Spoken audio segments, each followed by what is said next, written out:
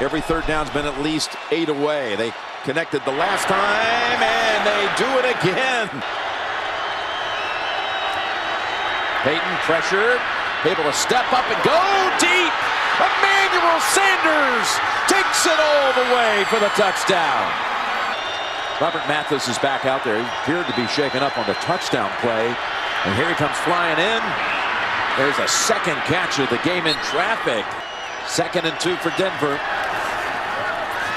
Bootleg, and Manning wants another long one, and it's Daniels open. And he's out of bounds at the 20.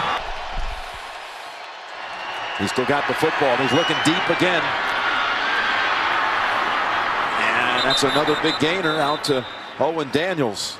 Backup center was in the backfield, then shifted. Here's Manning to the end zone. He's got a touchdown pass to Owen Daniels.